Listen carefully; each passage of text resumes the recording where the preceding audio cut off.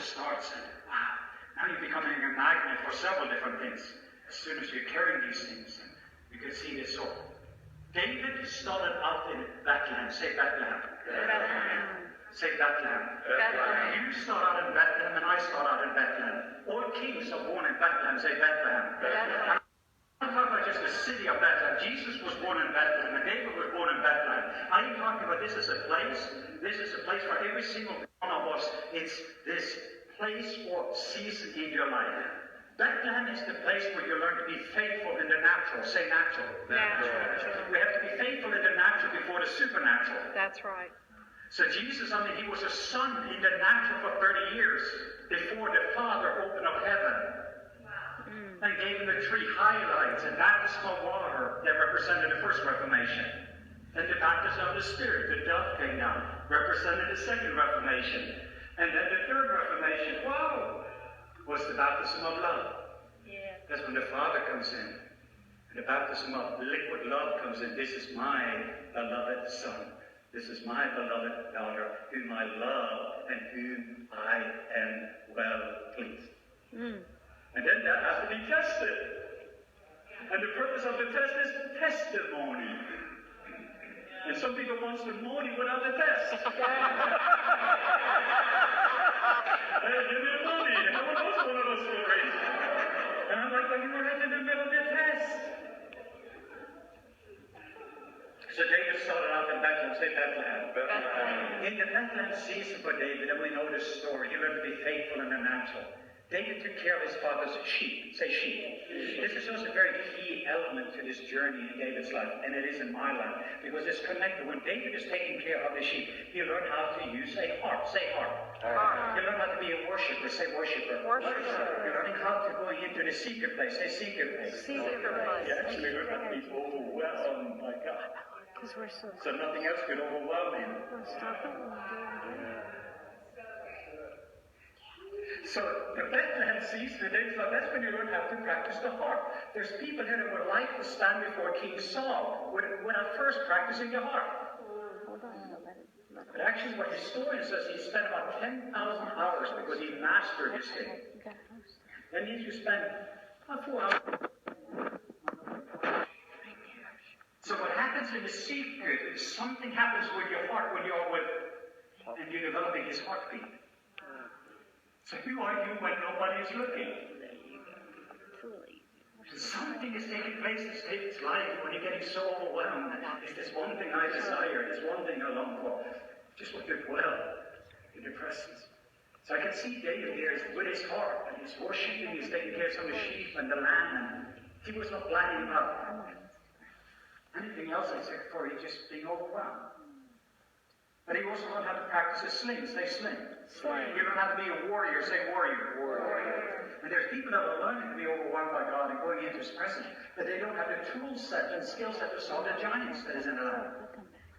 And there's a Goliath sometimes in our life and sometimes around our life. Oh my. And to be able to deal with that giants, if they learn to be a warrior, say warrior. Warrior. When you're leaning backward, you're beholding, you're becoming. And what you become, you can lean forward and you can change the environments.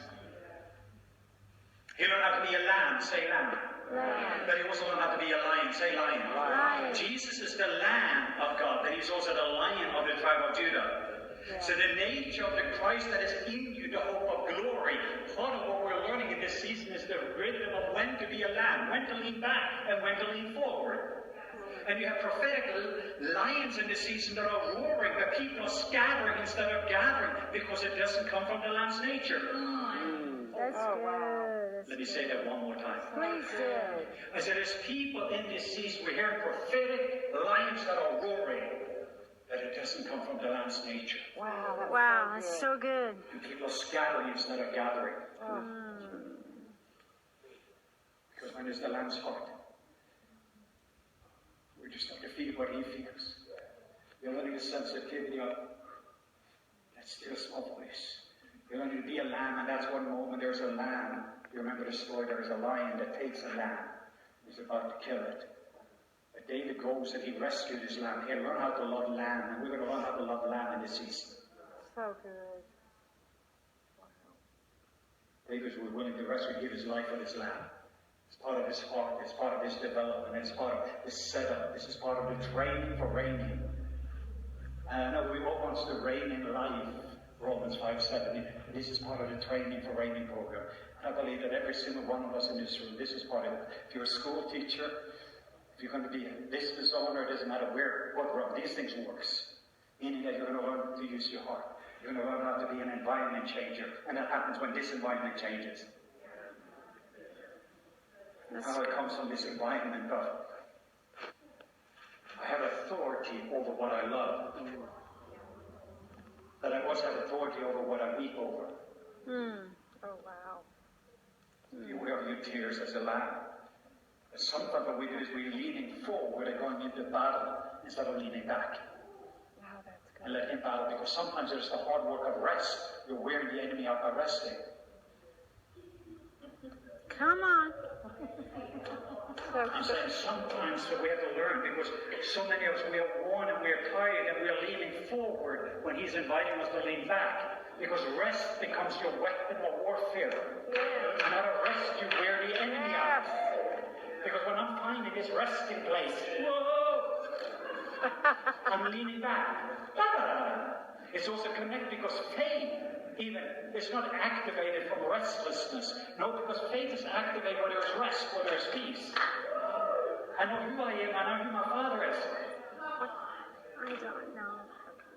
They're watching. So David learned to be a lamb, say lamb. Lamb. But he learned how to be a lion, say lion. Lion. This is kind of the rhythm you see through his life, the identity and the authority, all of these things that flows. Lamb, lion, in all of David's life. And when God is looking, you look at the lamb's heart. He's a man after my own heart. And I gave this to the second-year students, so you hear it again. If you're looking at the book of Revelation, which is the revelation of Jesus Christ, not Antichrist.